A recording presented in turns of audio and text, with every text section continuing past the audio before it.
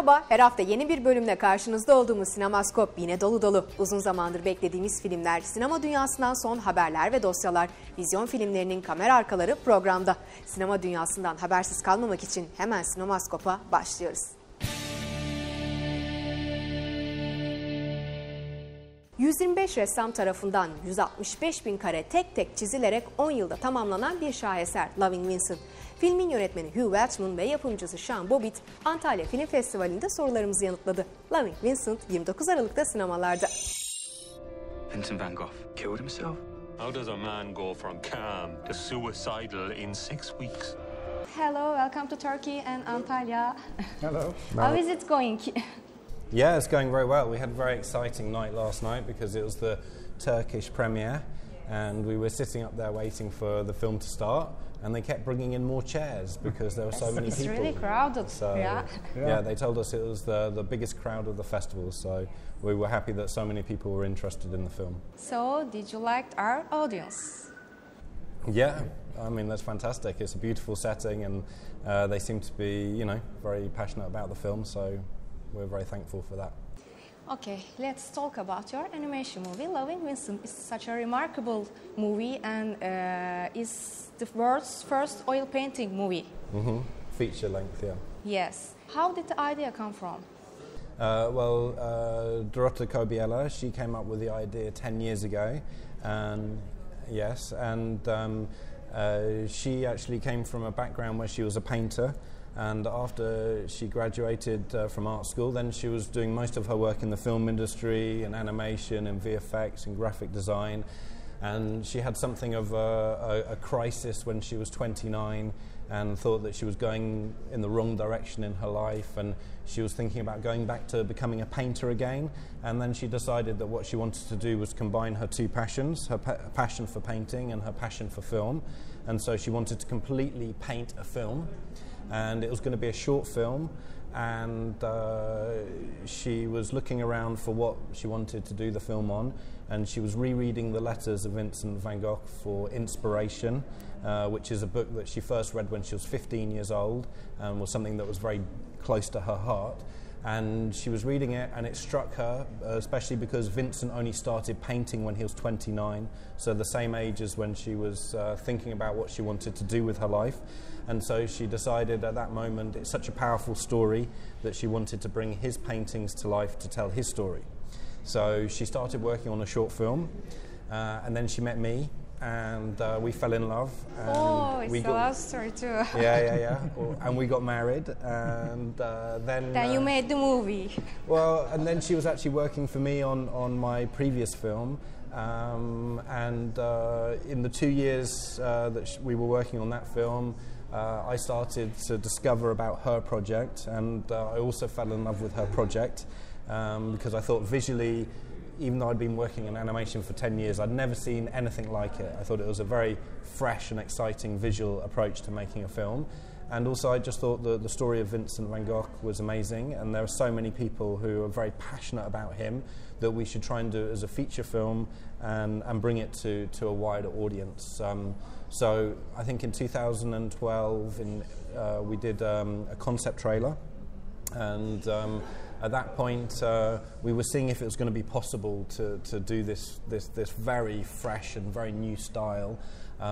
So that was our kind of experiment, and it turned out very well. And I went to meet with Sean, and because I wanted a producing partner on the project, and I showed it to Sean, so he became involved at that point. So, what brings you to over there? I want to do something for Vincent. You're not going to stir things up again, are you? I've had quite enough weeping over that nutcase. Talk about how you involved the movie. Well, just like Hugh said, he basically, we had met when he was doing Peter and the Wolf, but just briefly. And then after Peter and the Wolf, he asked me if I wanted to be a co-producer on his film, The Magic Piano, and Chopin Shorts, which Dorota worked on as well, so I met Dorota at that time as well. And near the end of the production, he came to me and he said, well, I don't know if this is something you'd be interested in, but here's this next project that we're working on, which is Loving Vincent. And the concept trailer was just incredible. Obviously, I didn't know that much about Vincent van Gogh, but I knew that he was a very popular painter. And through the production, basically reading the scripts, actually a lot, I got to know a lot more about Vincent van Gogh, and I was just, I was hooked on the project from the beginning. Can you talk about the story about the film? Well, it's really a crime investigation story into what happened to Vincent van Gogh. So, what happened in his final weeks that led to him to either commit suicide, or was it in fact suicide, or was he actually shot? And so we have this character, Armand Rouland, who's a very kind of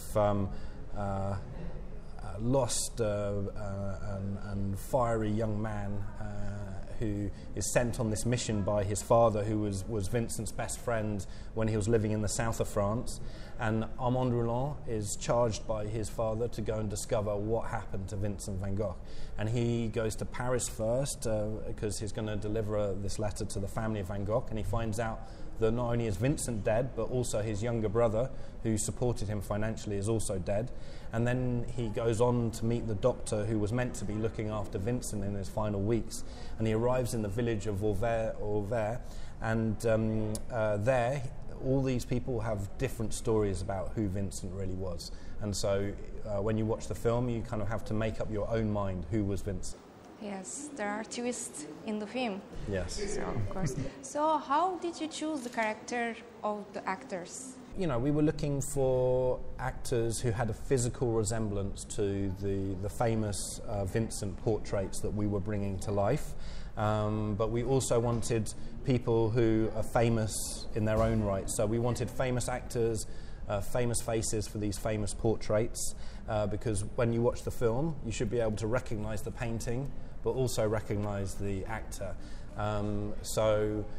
For example, Douglas Booth, he looked very similar to the portrait of Armand Rouland, and we felt he had the right energy for the character. The hardest person to cast was Dr. Gachet. So we were really struggling to find someone for this incredibly melancholic and powerful painting. And then we found Jerome Flynn, who I don't know if in Turkey you have Game of Thrones, if it's successful here, but he's Bronn in Game of Thrones. And I never would have thought of him, but the casting agent suggested him. And as soon as she suggested him, we're like, that's Dr. Gachet. Okay, let's talk about the technique of the movie. You shoot the film normally, then the painters do it frame by frame? Yeah. You use CGI or motion capture, so the other things, green screen, live action. Well, it starts off like a normal animation film. So we had a script, we had a storyboard, we pre-visualized the whole film in layout in the computer. And then we had an unusual step for animation, which is we actually shot with real actors on a stage, mainly green screen. Really the reason for that is because Vincent, when he was painting the portraits, he had a real person in front of him. So we wanted our painters to be bringing to life the performance of a real person.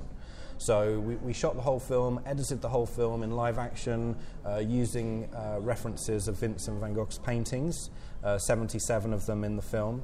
And then once we had edited it all, then we split it into shots, and each painter worked on an individual shot. And so they had these painting animation workstations, and they would have the TV screen above them, and they'd have their canvas in front of them, and they were painting what was in front of them, and they had to reimagine that live action into the impasto and the color technique of Vincent van Gogh.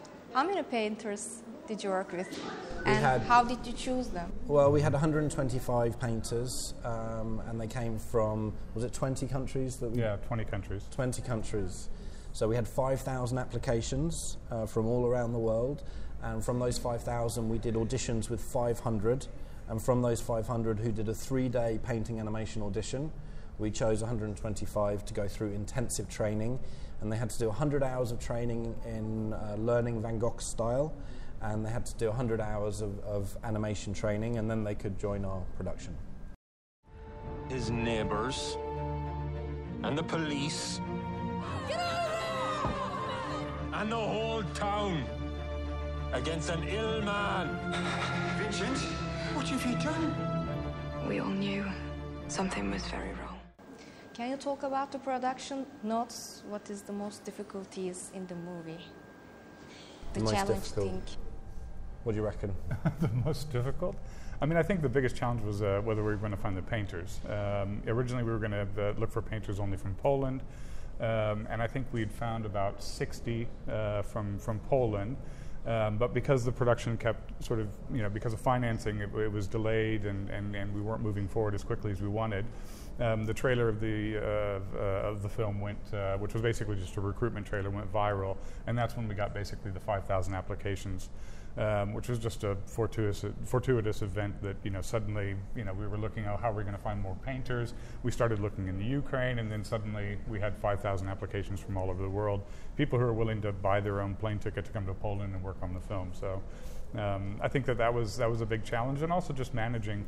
Painters they're individuals. They usually work in a studio by themselves, and suddenly you're putting 65 of them in one studio in Gdańsk, 20 of them together in the studio in Greece, and 10 in Wrocław, and how are they going to be able to work together? And also you're telling them you're not doing your own thing. You have to do this in the same style, because your shot has to look similar to the person who's also doing the next shot. So I think that there were some challenges there, but the painters were they were brilliant. I mean, I think that especially when we increased our painting staff up to 65 in Gdańsk, it really brought in a kind of a breath of fresh air and excitement. People who had traveled all over the world basically to come together and work on this unique artistic project. Yeah, I think Vincent would have been very happy that we brought together so many painters to work in one studio together, because that was one of his dreams, was to have a studio where painters work together. If only I could have been one of them. Great artists are not peaceful souls.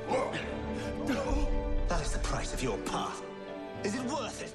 So, do you know how much paint was used in the movie I during think the it's 3,000 production? litres, yeah? Yeah, 3,000 liters. 3,000 litres. Yeah. So it's quite a bit. Well, we actually got a painting sponsor at the end, so that was nice. Yeah, so all the paint was sponsored by Royal Talens, and they actually have a brand of paint called Van Gogh, and that's what we were using, coincidentally. Yeah. So, what is the funniest or unforgettable moment of making the movie? The flood. Yeah, that was scary and slightly funny.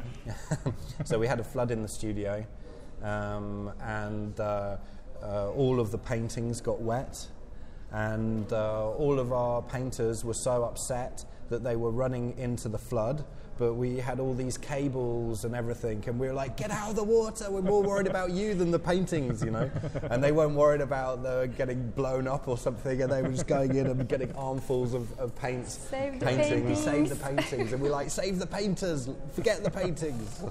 So, what do you want to say to our audience for Turkey, for loving Vincent? For loving, we've been loving Vincent for many, many years now, and we hope that when you see the film that you'll be loving Vincent too. We know that Turkey is a very cultured country, and so we are sure that there are lots of Van Gogh fans and people who are open to new experiences in the cinema, and this is definitely a new experience. Yeah, okay. What do you want to say? No, I mean, I really hope everybody enjoys the film.